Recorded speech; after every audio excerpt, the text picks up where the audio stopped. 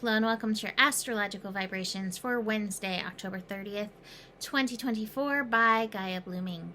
I'm Mimi and our energy mantra for today is I empower my intuition. I keep looking at myself and feeling like I should have elven ears with this look. It feels very elven. I was looking for my cat ears to wear because it's the day before Halloween, but I couldn't find them. So maybe cat ears tomorrow. Or elf ears if they should randomly appear. A little fun, a little joy before we dig into this astro. Oof. The next 5 days are a little bonkers. Now while today is technically still on the lighter side, we're building to that Pluto-Mars opposition, and I am seeing people snap like they have not had water. like plants when they don't get the water they need and they're suddenly very brittle. We're feeling brittle out there. So I've been watching that. As I look to the astro, don't love the Halloween astro. What is challenging about Halloween, and I might as well dig in here for that because sometimes people don't watch it till later, and that's, warning is always good, right? We have the moon in Libra finishing up on Thursday, so deep in the dark of the moon. But that moon in Libra is really activating that Mars-Pluto opposition. It's bringing a square with it, and we're going to feel our brittle energies. It's the dark of the moon. That energy feels very reactive. And, with this holiday and all the things going on in the world, it's just really good to lean into your intuition, to be very grounded, to listen closely. Because reactions so often come not from a conscious place, but from an unconscious place, right? And so that means we have to be even more conscientious in these energies. Now, today, speaking of consciousness, we have our nervous systems being kind of put on edge, which also kind of feeds into that energy. We have Mercury and Uranus in their opposition today. So Mercury hanging out in Scorpio, which is good. It's activating our intuition, but it's also activating, I have to say that as a Mercury and Scorpio people, I've always had an amazing ability to trigger people. Really, definitely consciously not trying to, because all the Libra in me never wanted to do that, right? But just say that thing. Oh my. So Mercury and Scorpio, while it has this ability to be magical and seek out the challenges, it has the ability to touch upon the challenging energies, right? And Uranus in opposition is just ready to be triggered in that energy. Uranus in Taurus has been kind of shaking up our nervous systems as things in the worlds are happening. In all of the worlds, but in our world specifically, as things have been happening. And so with these in opposition, it always triggers our nervous system. But with all this astro energy that's going on, again, it's kind of feeding into the brittleness that's in us. For many of us, again, it's just been a lot the last few years, and this year just continues in the allotness. And so be very aware of that. Today is where can you lean in, tend to your nervous system? Where can you recognize that you're shook up and you need to tend to yourself? And if you're somebody who's not shook up, wonderful, but also recognize many around you are kind of like snow globes, a little bit shook up. And so just feeling very challenged, and that maybe not handling things as well as they should, right? This energy is also really key for awareness, especially if you are feeling triggered. So often we like to make a trigger about somebody else. Oh, they triggered me. They did this thing. But the moon in Libra is turn that mirror on yourself. You're the one who has the power. You're the one who can do the healing. Yes, it's lovely when people treat us gently, but people can treat us gently and we can still feel off. And that's where we have to recognize, oh, There's something for me here. There's work that I can do here. So the Mercury-Uranus opposition reaches its peak at 3:15 p.m., but that's, just a few hours off.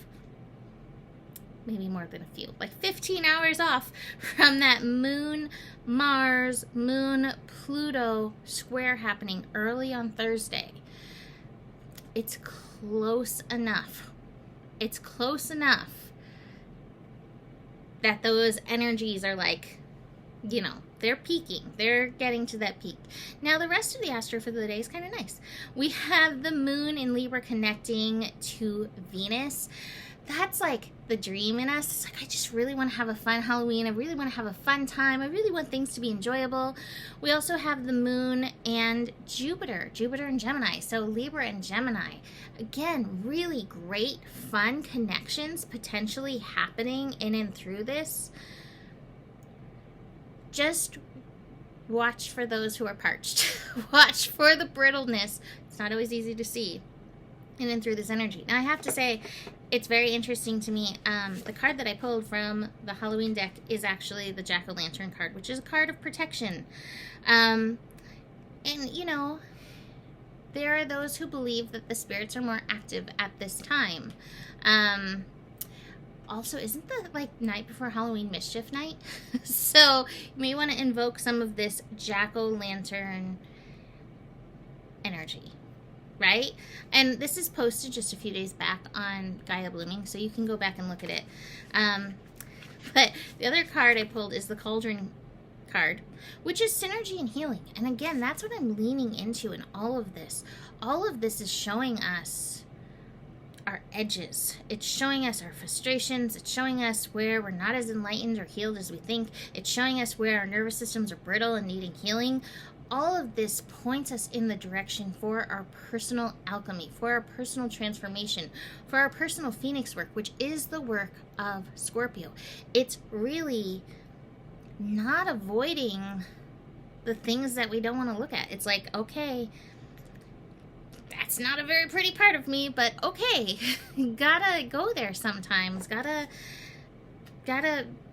heal, work at this. But when I pulled this card, the double, toil and trouble, fire, burn, and cauldron bubble, little thing popped into my head. So watch for that.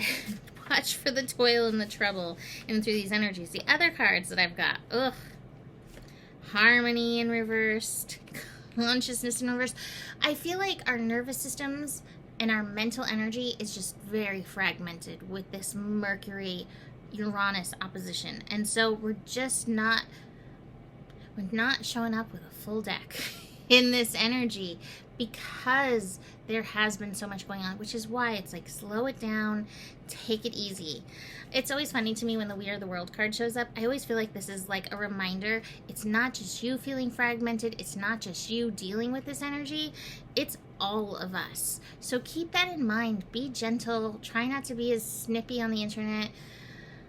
Maybe don't fight with the opposing party. People have pretty much made up their minds which direction they're going. Like, be centered. Find that peace in you. Did you learn this moon in Libra energy, which is like, double down on your own peace. This is where the magic happens, right in here.